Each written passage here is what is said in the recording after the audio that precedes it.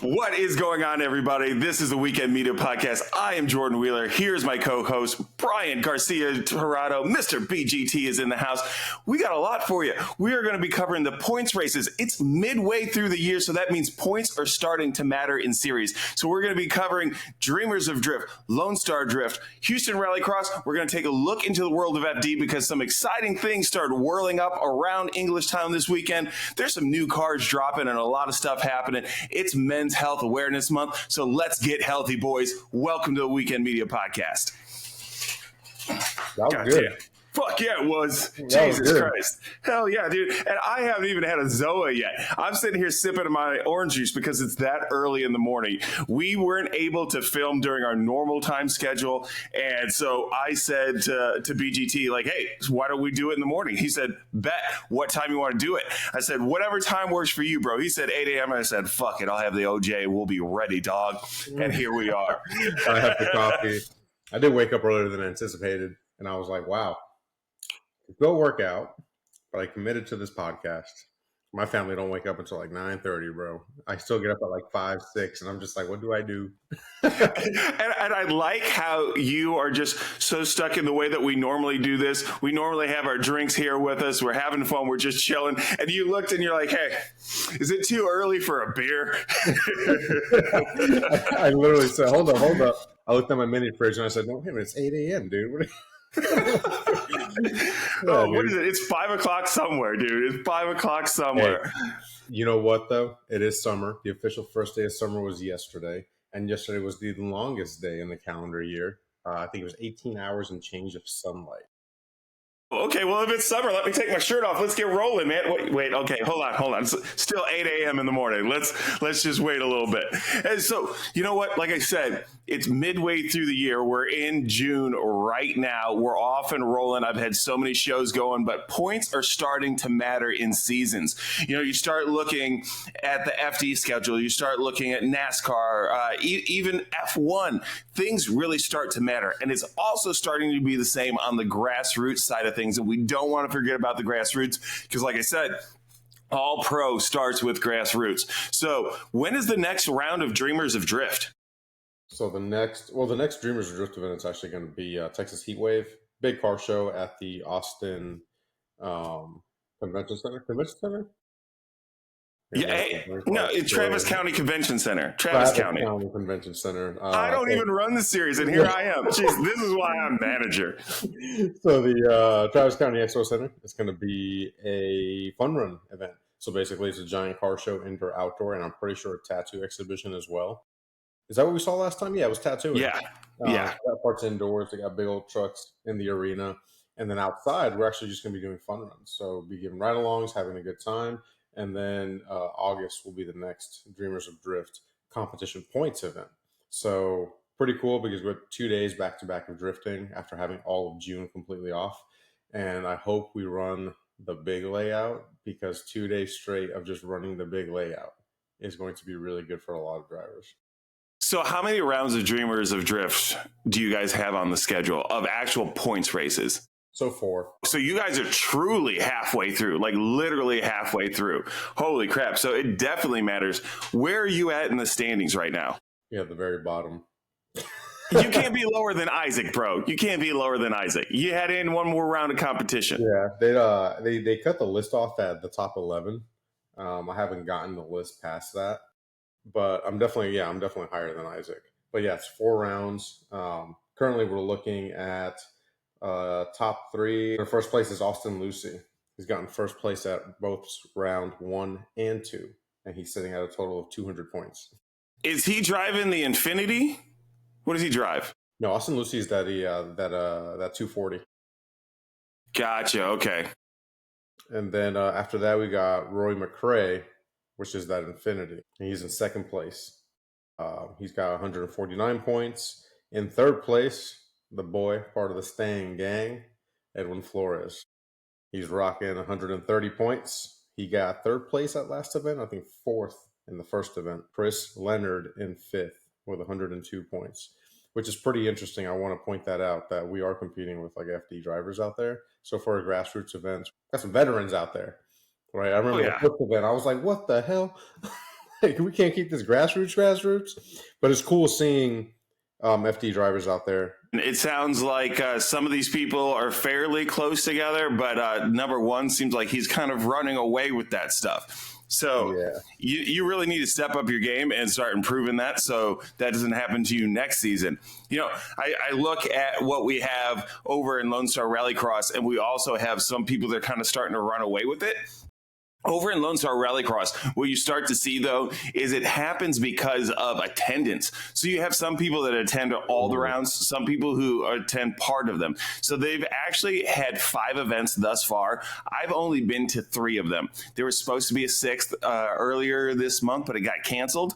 So I definitely didn't go to that one. So they've had 5 total events. If you look at people like Lawrence, who drives the WRX STI out there, that thing is an absolute monster. Nobody can touch this dude. He's running away in the modified 4-wheel drive with 48 points. Next closest person to him has 32 points, and they've also done all 5 rounds.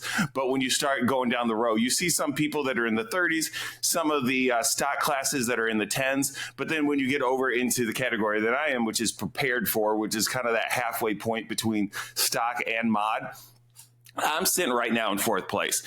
The people ahead of me, the Corolla has had a bad year. But see, I'm sitting in 4th place. I attended 3 rounds, but I only podiumed 2 of them. So, and one of them was a 2nd place finish. So, I mean, I'm not doing horrible. If I start turning up to some, I can probably leap up that list pretty quick. Because typically they try to do, I want to say it's 12 to 13 events. Last year it was 13 events. So it's a lot of events. Some of them are doubleheader weekends, just like you guys are going to have with Drift. So I'm sitting in 3rd place with 16 points. Ahead of me is Cassandra with 22 in her WRX. Ahead of her is Andrew with 20 points. Sorry, that can't be right. They got this out of order. So Andrew should be sitting there in 3rd place with 20 points. He's driving an RS, which I hate the fact that I'm not driving a Ford. Not going to lie to you. Really hate the fact that I'm not driving a Ford. We can take that. Yeah, I know. I know we can. Cassandra is ahead of him by 2 points with her WRX. And then we got Jay that's sitting in 1st place, only ahead of her by 6 points. So that P4 is all running really, really close. I tried to find points for the Houston SCCA, but they don't always regularly list those. But I will tell you this. For the stock 4-wheel drive class, I am leading that. They have had 3 events. I have won all 3 events.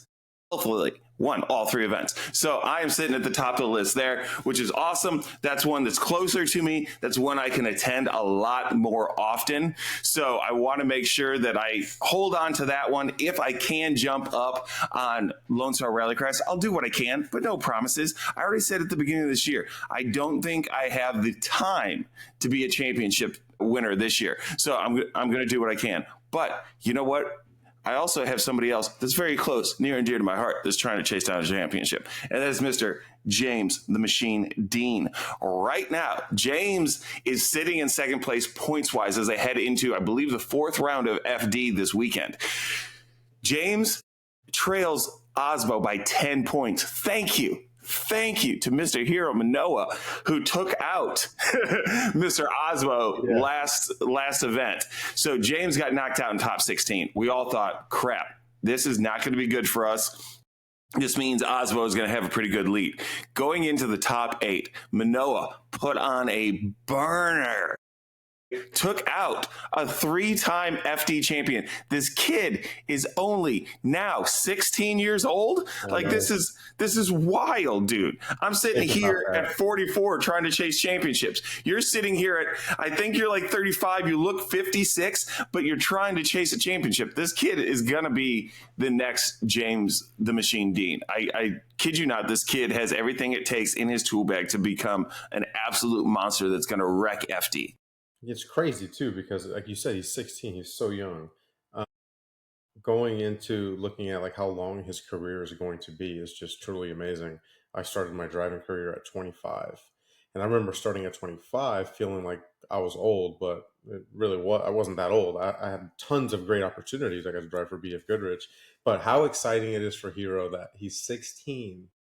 By the time he was my age when I started, he's going to have 10 years of professional driving under his belt. That's amazing, dude. That's going to be a legacy career for that kid. Yeah, that's insane because James also started young.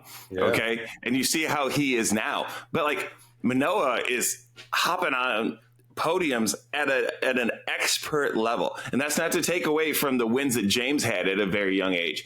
But I mean, you're talking some of the top drivers from around the world are competing here in FD, and Manoa is taking them out. Like championship winning drivers. It's crazy. Hats off to him. We're going to continue chasing the points. Ben is just outside of the top 10 right now. I think he's sitting in spot number 11. Didn't have the runs that he wanted to have in Orlando. So going to work on focusing, straightening that up. I know that one hit Ben pretty hard, but he's a good old boy that's going to bounce back from it. He's such a good dude. He really deserves everything he has right now. And I know that he's going to keep pushing harder and harder, and he's going to be on that podium. And I look forward to that day, and hopefully I'm there when that happens. But the other thing, too, that's going on in FD, tornado hit Englishtown the other day.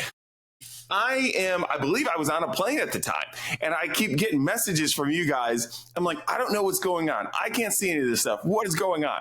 This FD was freaking nuts, bro. You've got, so the first clip that I saw, somebody else sent it to me. I wasn't really watching practice or anything. I got home from work, opened up my messages, and it's a clip from Adam LZ, and he's in the car. And he's like pretty much talking about like, man, this storm is crazy. And then all of a sudden the wind picks up and a tree like basically goes into his passenger door. And then like the video cuts off and then it shows the aftermath, like all these trees have fallen over. Shortly after that, you start getting all the clips of like the storm sweeping through the freaking pits, dude. And you got tents flying. I mean, it was freaking crazy. The Toyota GR booth, bro. Did you see that? Demolished. Dude. Demolished. I was like, It looked like a tornado went through. And here's the thing. I was talking to another buddy, Andy Haley's video. They're like holding onto their, 10 by 20 pop-up. I was thinking somebody was going to get lifted off into the ground and wake up in Oz. Like, oh, Jesus Christ. Dude. So I remember I was telling my buddy, I was like, I've seen too many videos of people trying to hold down canopies when the wind picks up and they go flying. Bro, if it was ever us, I'd be like, yo, F that canopy. Like, don't even worry about it, bro. Let it, like, life is more important. I'd rather live and spend another, buy another canopy than anybody get hurt or fuck the canopy. See you later. I don't care. But it was crazy, dude. And Jeff Jones took, a tree straight to the car. He took the biggest hit. I was texting our guys to see if we were okay. I reached out to one of our crew chiefs, Cody Pinnell. He said they were good, made sure Ben was good. He told me the whole team was fine. So thank God that all the RTR boys are good. But yeah, Jeff Jones had a tree land directly in the center of his vehicle. And we're not talking like, hey, you know what? It probably dented the roof or messed up. It bent the roll cage. They had a whole bunch of people trying to help them out. They got into the shop. They started straightening that thing out. They had Kevin Wells in there to make sure that everything was going to meet FD regulations for safety. Even FD got involved making sure that Jeff could get back out there for this weekend. So from the last videos I saw, it looked like they had gotten things straightened up pretty well to the point that he should be able to compete this weekend. So again, big props to the drift community and everybody out there for helping Jeff. Jeff is a wild man, but he's a good dude. So thank you guys for helping him. Yeah, I did see those videos too. And he does, Jeff Jones did mention in the video, like, this is why I love the drift community. These guys are awesome. Everyone's lending a helping hand just to make sure you can compete, bro. And I don't think there's any other, again, motorsport where people will stay up that late to help a competitor get into the competition.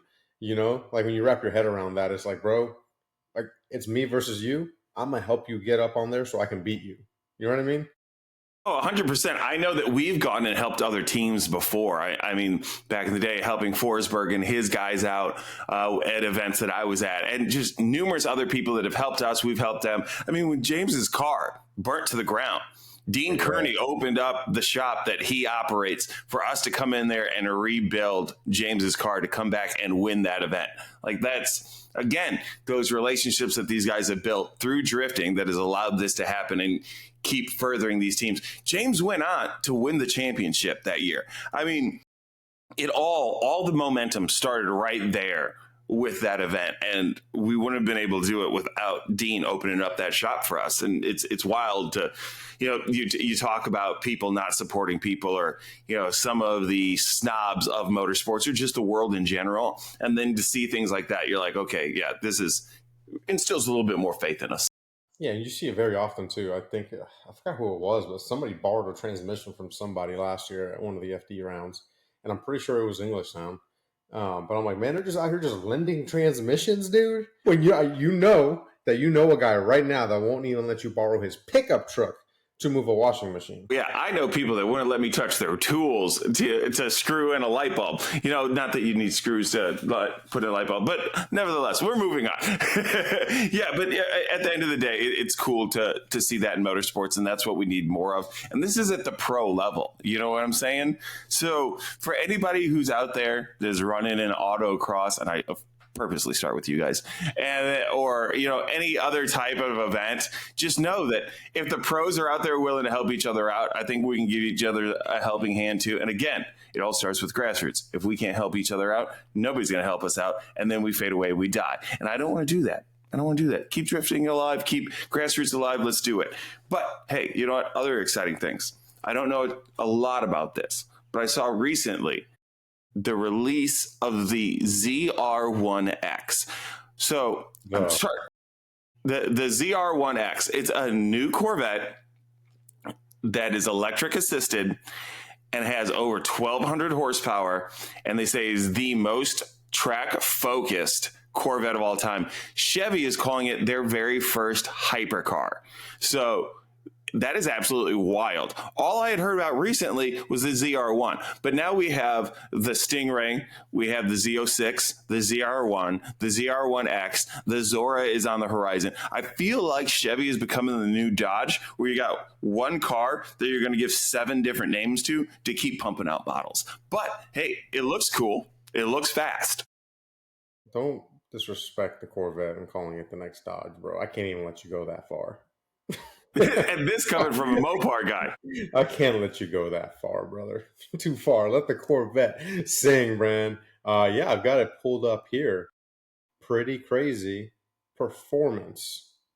LT7 5.5 liter dual overhead cam. They're saying 0 to 60 around 2 seconds. Brother, when has GM ever put out a dual overhead cam V8? It's always been a traditional pushrod V8. 100%. 100%. And on top of it being a dual overhead cam, it's a flat plane crank, just like the Voodoo, right? So here's what I want to ask. I want to know what the starting price of this car is going to be. Because here's I'm a Ford guy. We know this. It's not hidden. I'm a Ford guy. Ford has put in so much time and effort and production into this GTD. Okay? Now Chevy has this Corvette coming out that has 1,200 something horsepower and supposed to be a track weapon. Is it going to be less than $350,000? Because if it is, and it can take out that GTD, you know what I'm saying? No, yeah, I know what you're saying, but I mean, the fight for the next amazing American car is truly on. I feel like, oh yeah, we thought it was over, and all of a sudden it just ramped right back up. Exactly. And here's the thing: like, once the Camaro was gone, once the Challenger and Charger were gone, we're like, okay, it's only Mustang now. But now they're both starting to punch at different levels. Like Chevy says, okay, Mustang, you had your time in the sun, you got to shine, get a little tan, but you know what? Here we come to blot out the sun and let you know that we got something else on the horizon that is going to totally turn everybody's attention away from you. And that to me is absolutely wild. I know I talk to people all the time when I'm going around talking to dealers about the RTR and what makes RTR so great. And one of the things I always bring up is, what's the competition for the Mustang right now? There is none. But now we got to start looking up. What's the competition for the Mustang GTD? And there's quite a bit up there right now. So it's going to get pretty wild. And what's even wilder, dude, is the fact that the competition for motorsports and sports cars used to be at the level in which you and I could afford. Yeah. Now you look at the landscape, there's really nothing for us anymore outside of the Mustang if you want V8 power. Otherwise, you're looking at, a lot of imports again. The import scene is what's kind of keeping motorsports alive, or the dream of having a sports car. Really, I should say Toyota is what's keeping alive the drive to have a sports car. I keep seeing the Civic Type R, and I think it looks pretty cool, the new one. So last time I went to go see a Civic Type R, it was probably 3 or 4 years ago, but that thing was $45,000 at the time. I'm sure that it's more now, because if the GR is around 45, Dang it. Because I was going to say, you're absolutely right, dude. Mustang's it's an expensive car. It's not, especially if you want like the track pack and the big brakes and that kind of stuff. Holy crap! The 25 Type R, 47,000, 45. Yeah. So see, here's the thing. Again, you have these cars that are starting to price out from the people who they're targeted for, right? And then the people who are putting in the big dollars and getting all the attention for true motorsports enthusiasts are cars that are well into the six figures. So then now you have a very limited amount of people that can buy them. However, I will say, when I say limited, I'm talking in terms of the whole populace.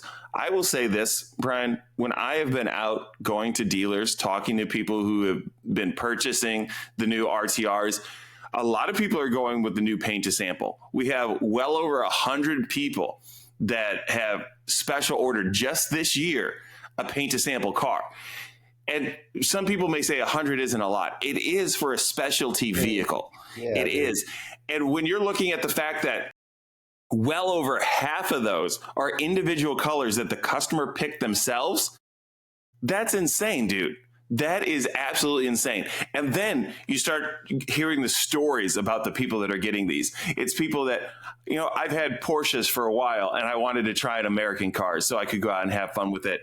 There is an individual that has a big list of heavy hitter cars. I won't name them off because I'm not going to throw everybody else's business out there, but I will let you know that one of them is a Ford GT and they have a GTD on the way.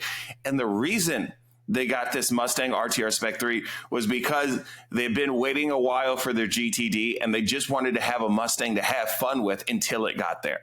So you're going to go out there, get a special color vehicle, all right? You're going to spend around $110,000 to hold you over until your $350,000 vehicle gets there.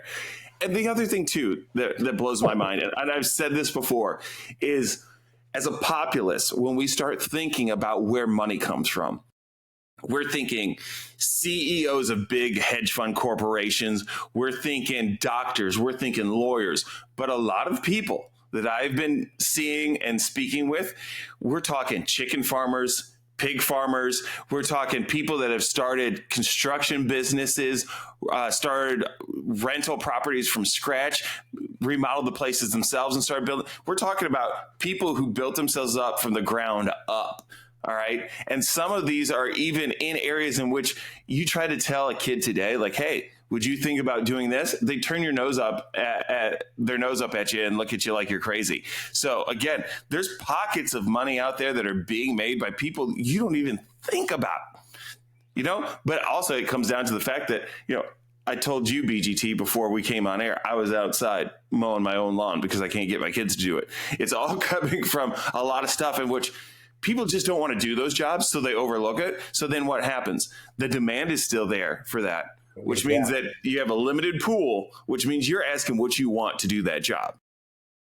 No, yeah, absolutely. I get that one, 110%. I think to your point there is you can do, I think you're right. I think people are focusing too much on the CEO, on the C-suite job market, but there's all these other jobs. Like you said, there's a gap down here where you can make all that money, right? Or maybe even create a business around it. For example, lawn mowing, right? Your kids don't want to do it.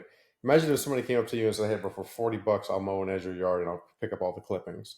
And then it becomes, he's not going after gross, he's going after volume. And if he does 60 of those yards at $40, dude, I pay my guy $50. He does all that. It was like, you mean I don't got $50, dude? Here you go. How often do you mow the lawn in Texas when it's summer? Not very often. Not very often. But just the fact that I don't have to do it is a huge win. So then he goes after that volume.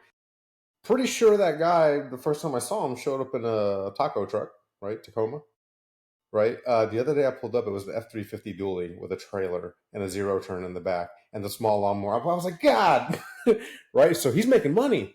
And that's the guy that then hires another guy to replace himself and goes and buys a Mustang RTR Spectre. 100%, 100%. It's all about setting the foundation, finding a way to get a process down so other people can step in behind you, and then you can manage the business. That's kind of what we're working on right now. We're at the ground level. We're going to get there. Yeah. Tirado Racing team hats are in stock and for sale. If you want one, DM me. Right, look at this heavy embroidery. They're $30. Shipped to your door with a sticker. DM me at Tirado Racing, Facebook, Instagram. That's the only way you're going to reach me right there. I will say this: these are nice hats. I wear mine when I'm out there at the track, and they breathe well because of the trucker style hat. I do really like that. It feels good. I've had some hats before that you put on your head and they feel scratchy or feel uncomfortable. So I will tell you, this is not one of those hats. Go ahead, pick up one of these hats. You're not going to regret it. And I know that last time we were there, we had some people that were looking for your hat, and you just got rid of the last style and you didn't have these ones available yet. So make sure that you guys reach out to Brian, get one of these hats before they're gone. You know what? You're not going to get it. You're going to absolutely love it. Best $30 you've ever spent. But here's the thing: you could spend that. You could think you could go to Taco Bell and spend $30 now. You can't do that. It's like $65 for two people. Okay, so you're saving money and you're getting a cool hat. But, dude. And if you're spending $60 at Taco Bell, it's kind of hard, dude. We average 30, and that's still a lot. Dude, I used to walk over to Taco Bell when I was in high school on my lunch break, and I would get like a full meal. Like, we're talking the $5 box, if not a little bit more, for like $3.25 and some change. You know what I'm saying? Like, come on. I know, dude. I remember, so like bringing it back to car culture when I started, going down to man, rest in peace, my friend Clay. He had at the time a brand new Caliber SRT4, and it was like the most craziest thing because it was like a minivan. He got with the boys over at BC. Again, I grew up in Florida, and he threw a set of coilovers on it, and he did like a freaking like dump cutout exhaust. And he picked me up, dude, and we'd mob to like all these different car meets in Orlando, Daytona, you name it. And I remember like going to Taco Bell because it was cheap and getting this giant box of food for like $5, you know, to eat it in the middle of a parking lot at 1 a.m. with all these other car enthusiasts. You know what I mean? Part of me misses those days, and I know I can do it now, but I'm just like, dog, I'm old. Dude, speaking of the cost of things going up, you just look at vehicles in general and motorsports in general and being a car enthusiast. When I had my modified Eclipse, I had my LS RX-7, my standard big turbo RX-7. I had my Blazer. I had 4 vehicles. Those 4 vehicles ended up adding a Mustang to that towards the end. The most I was making when I lived up in Illinois owning those cars, I was making $17 an hour. $17 an hour back in the early 2000s. And I owned all of that. And every single one of those vehicles was modified. I will say this, that in my free time, I was either at the gym or I was playing video games with my friends outside of the car realm, of course. Yeah. And I was eating chicken and ramen, cereal in the morning, having my OJ. So, but it's like $17 an hour, 5 modified vehicles. You know what I'm saying? Dude, I got all the chicks. I had all the dudes liking to talk to me. That's what I had, bro. That's exactly, you know how that goes. Like, how are you so muscular, bro? Ramen noodle and canned tuna. prison diet. You're a dude in college with some of the baddest cars around, and you've got a swell to you, and you're like, yeah, just wait for it to pour in, and it's nothing but dudes. Like, yeah, dude, what's your training regimen? Dude, you're jacked. Look at those lats. Hey, what did you do to your traps? Oh, dang, nice ride. Can I go for a ride? It's just sausage fest. It's just raining dongs at that point. So if anybody thinks out there that you're going to get jacked and get a nice car and it's just going to be women everywhere, it's not. Not until you got the yacht in the bay, okay? Other than that, it's just dudes. And that's fine with me. Those are the people that are going to stick around and be your boys. There's only two things that will really get the ladies flowing in. It is a boat, and the other thing is a horse. Just one horse, 1 horsepower. That's all you need is one flipping horse. You don't need 450. You don't need a 2,000 horsepower Corvette. You just need one horse. I have a friend that just got out of a couple year long relationship, and he's back out there on the scene, and he is one of those dating app people, which thank God that you and I have people, because I don't want to deal with that. No, not doing the internet stuff. But it's funny sitting there, watch him scroll through these women. Yeah, exactly, dude, exactly. And it's funny because you mentioned the boat, and I'm seeing he's looking at these pictures of these girls, and some of them are on boats. I was like, nah, dude, nah. He's like, what do you mean? They're already on a boat? Yeah. He's like, what do you mean? They look good. I was like, no, if that girl is already on a boat, then that's a girl that's going to be finding the next biggest boat. Okay. That's just, yeah, no. For guys out there, if there are any women out there listening, I will let you know. If you are posting a photo of you up on the deck of a boat and it is not your dad's boat, yeah, guys are going to see that. Yeah, it's a red flag right there.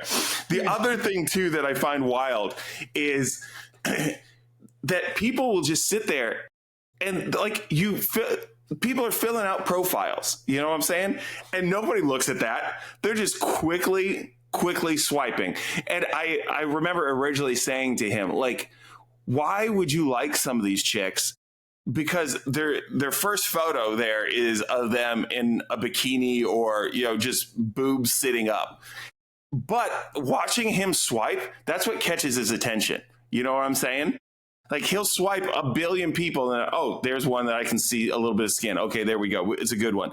But then he reads the profile and it's like, looking for a serious relationship. Okay, here's another thing, girls. If your main profile photo is you with your boobs up to your chin or showing a lot of skin, no one is going to take you serious as you are looking for a serious relationship. I can tell you from my buddy D sitting there going through everything, he is not looking at that and taking that seriously. And vice versa, right? My sister, she's younger. She's 8 years younger than I. It's the same thing, right? She sees a dude with a ton of skin, and she's like, "Hell yeah!" Looking for a serious. I'm like, "You think he's looking for a serious relationship?" I'm a guy. He's not. You know what I mean? Let me come off as the nice guy, right? A little. What's the term? Oh my God! When you bring somebody in and then you switch it up. It's just bait. Bait and switch. There you go. But I'm a nice guy. Yeah, sure. Yeah, my buddy, my good army buddy. He's the one that let me drive that blue TRX at Raptor Rally. He lives right down the street. He texted me one day, and it was a picture of like the same color blue boat as his TRX. I was like, "What's that?" And he's like, "I'm buying a boat." I said, "Brother, your wiener's gonna fall off." Single guy, own house, TRX, pulling a boat. I'm like, brother, like, I don't know what to tell you. That's awesome. I told him to do it. He didn't end up getting the boat. Oh man, that would have sealed the deal right there. It's crazy honestly, too, because I was like, dude, get the boat so we can use it. Right, 100%, dude. When I had jet skis, I had more friends than I can imagine. But you know, it's funny because like even my daughter, when she was looking for people, she was doing the online dating thing. Like, to me, that would stress me out a little bit. You know, it's hard enough. I guess like maybe it's not that bad, but for me, it's hard enough when I was in the dating scene to try and even get the courage to talk to people. But I guess when you're on the other side of a computer screen, it's a little bit easier. You bold. There you go. That's what it is. You very like bold. Shopping for cars, brother. You're like, how much is a Lamborghini? Fuck it. But you wouldn't actually walk into a Lamborghini and be like, hey, how much is this? It's the same thing, right? You're just shopping online. I wish I could say that that's 100% true, but you've seen how many times I've been into Porsche. So, I mean, come on. You know, okay, well, here's the thing. I know the Porsche is your goal, right? And for anybody listening to this, I truly believe in this. You got to touch your goal every once in a while. You got to see what it feels like. You got to embody it. You got to sit in that Porsche and be like, okay, this is what it's like sitting in that Porsche. Yeah, and you know what? You mentioning that you got to get out there and you got to touch your goal is probably the reason why a lot of these single dudes are getting hookers, because they're like, you know what? If I can just feel it, touch it, dream it, win it, you know? It's just that kind of thing. Oh, man. I think Ed Milet says it. A bunch of other motivational speakers say it, but you've got to like physically put yourself in your vision and feel what it's like. So it's, you know, it's more familiar, for example. No, I 100% agree. That's why you got to get out there and do it. And that's one of the things too, like why I was pushing you to just do that first event, you know, get those jitters out the way, do it, get that rush from what it's like to be in competition and just keep chasing it. And that's what you've done, dude. Yeah. And I know you're like a hungry dog now. Granted, you haven't made it very far, so you're like a hungry dog with a bum leg, but it's going to heal and you're going to get there. Yeah. I mean, to your point, right? Like, we had that conversation. It's a really great episode. So I saw this picture, and I know my dad's not going to watch this, but I saw this picture. And I had to send it to my dad. It's this man. Hopefully it focuses. You see, he's like an old man next to an RV, essentially. It says, my grandpa died 6 months before retiring with the RV he bought to travel the country unused in his yard. My parents just sold their RV because my dad has dementia, but he's only 69, barely older than his dad was. You cannot wait. Whatever adventures you crave, go now, now, now. And I sent that to my dad because he's getting older. He's got an RV, and he's always like, oh, yeah, we'll make time. We'll make time. We'll make time. And I'm like, yeah, just go. Just, it's the same concept of, hey, dude, next year, you might not be able to compete. Just compete now. And I'm so happy I did. I'm so happy we had that aha moment and I jumped in. And again, for people listening to this, don't wait for permission. Don't wait until everything's absolutely perfect, because it's never going to be perfect. Dive in. Absolutely. And, you know, it's Men's Mental Health Awareness Month. And I think being able to have those friends by your side that are able to look at you and say, hey, this is what you want. You can do this, and I'll be there to help you, makes a big difference. Because here's the thing, in a guy's life, you have so much going on, and this is not to downplay anything that women have going on in their lives, but it's different from the standpoint of a guy, because it's the stigma of it's not okay to talk about it. You're looked at, we're going to get real here. People are going to call you a pussy. They're going to call you a fag. They're going to call you whatever, because you're opening up about who you are.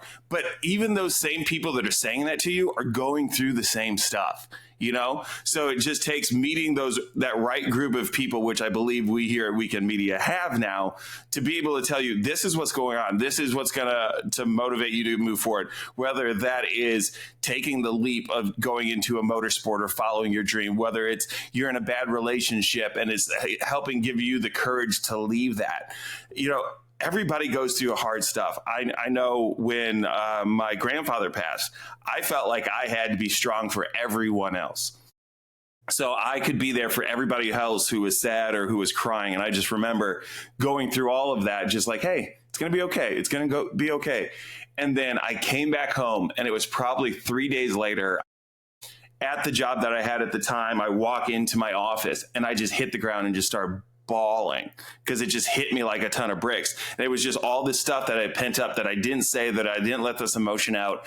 And it's one of those things that can eat away at you, and you can't let it. You have to find an outlet. You have to find that group of people that you feel safe with and you feel okay with to talk about it, and know that it's okay to talk about it, because men are the overwhelming majority of suicides in this world, and we don't talk about it enough. I saw a video from Joey Swole recently where it was a woman who was screaming and dancing around, and the caption said, when everyone asked for a moment of silence for men's mental health. Now, I know that's not all women out there, that's not all people out there, but the fact that there's some people out there that have that kind of hatred in their heart for people, but if that was reversed, would look at it as it was sick and despicable, like that is absolutely horrible. And I mean, we don't talk about this very often, but I mean, you know, BGT, you did what most people in this world won't do, and you served this country.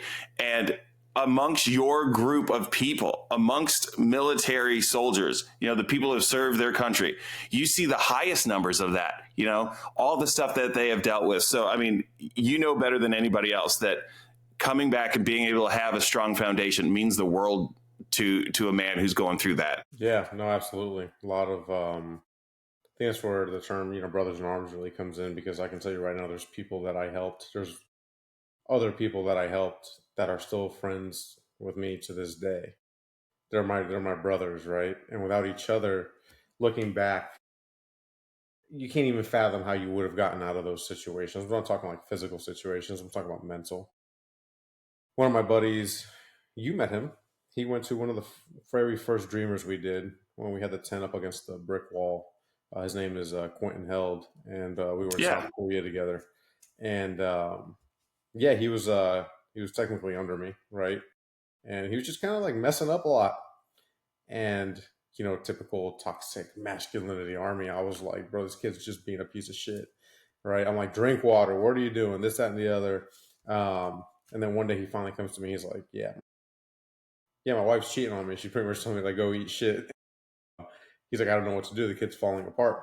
So I noticed he started, making all the wrong decisions. And I was like, no, no, no, no. I was like, that's not what we're gonna do. I was like, but I will tell you, like, you're not gonna fix that here, right? We're here to do a job, and it is what it is. Sometimes you got to just grill that up and eat it. And we found healthy alternatives to get that anger, that depression out, which was working out, hanging out with the boys, talking. You wouldn't believe how much you can solve just by talking, right? And that same pattern kept popping up that year. So many men, like literally just grown men, breaking down crying because of all these issues they're having. And for some reason, it always fell on me. And I had to be the one to be like, hey, we're going to get through this.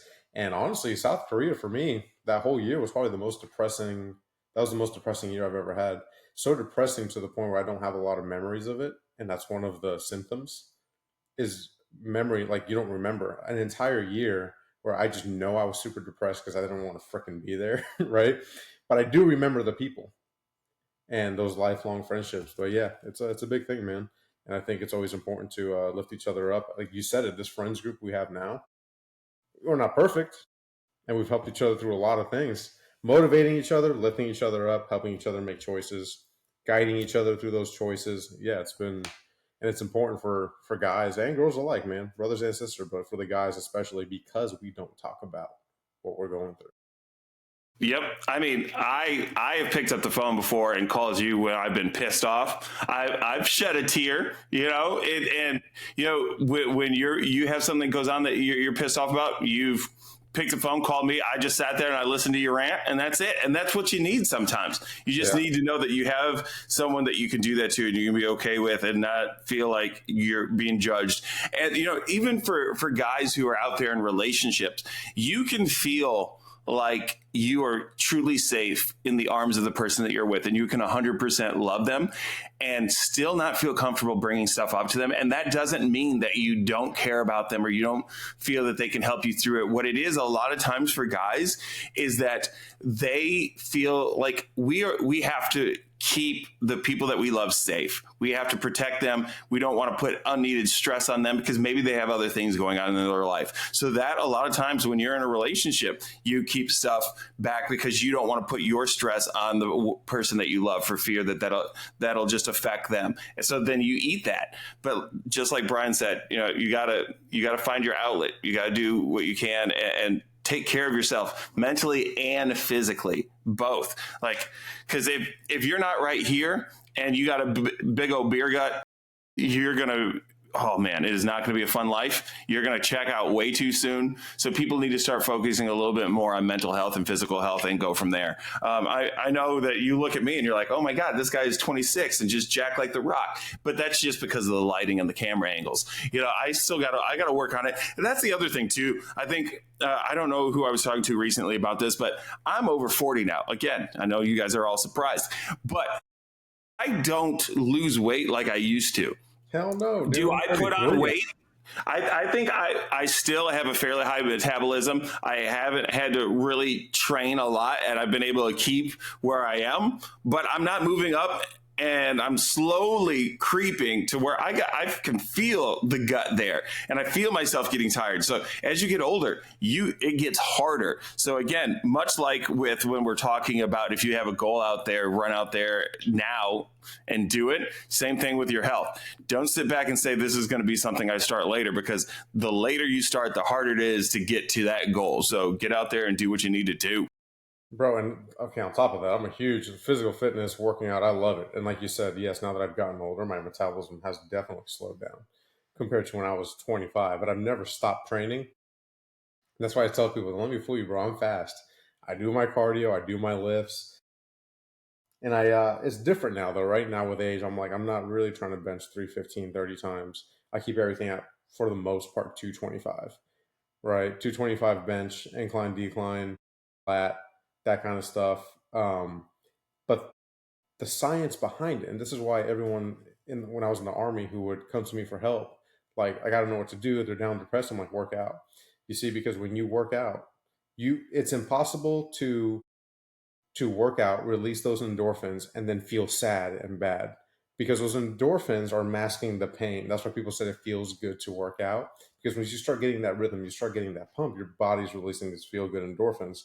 So that's literally the science behind it. It's like that, and you go, oh, I feel so much better. Yeah, you feel better. It's science. You know what I mean? And you're getting jacked and juicy doing it. Brother, you're telling me you feel better. You're getting sexy. Like, come on, what's there to lose? Let's go get jacked and juicy. You know what I'm saying? It's like, and then at the end of this, you're going to be jacked and juicy, brother. And then I saw this meme for Men's Mental Health Awareness Month, where it said, men's solution to every problem is to make more money and get jacked and juicy. So I think we've covered the goals for what you need for a healthy life. You need to have yourself a sports car, be jacked and juicy, find yourself a boat, and you'll be good. Go out and enjoy all those with your friends and have a good weekend. But you know what? As we come here to a close, I just want to thank everybody who tunes in and listens to this. We know that it's not a lot of people. We're not trying to sit here and act like we have a billion people out there listening to us. But again, like we're saying, it's about going out there and doing it today, chasing your dream, doing what you want to do. Because while we have an average group of 10 subscribers, or we have 8 people that listen to a pod, we know that one day someone's going to tune in. They're going to share it. That those 8 people are going to turn into 8,000, which is going to turn into 80,000. We do this because we enjoy what we do. And if you don't get the bad ones out of the way early on, then all you have is bad ones. So we're trying to work our way through it. So we appreciate everybody who does listen and give us the time of day out of their busy schedule to listen to us. It means the world to us. We've met you guys out there in the real world. And again, we've thanked you in person. We're thanking you here as well. But you know what? We got stuff coming up. I still have more travel. We'll be talking about the results of FD Englishtown next time we tune in. Maybe there'll be some points changes in the world of rallycross, because I do know they have moved some of those rain dates to a little bit later in this year. But we're going to keep rocking and rolling. Thank you guys again for tuning in. BGT, you got anything to say to the folks? That's it, man. Huge thank you, because we know we're cooking on some stuff. We're not stopping. We're going to keep growing. And yeah, that's the passion. Thank you guys for listening. All right. For Weekend Media, I am Jordan Wheeler. This is BGT. Thank you guys. Until next one. See ya.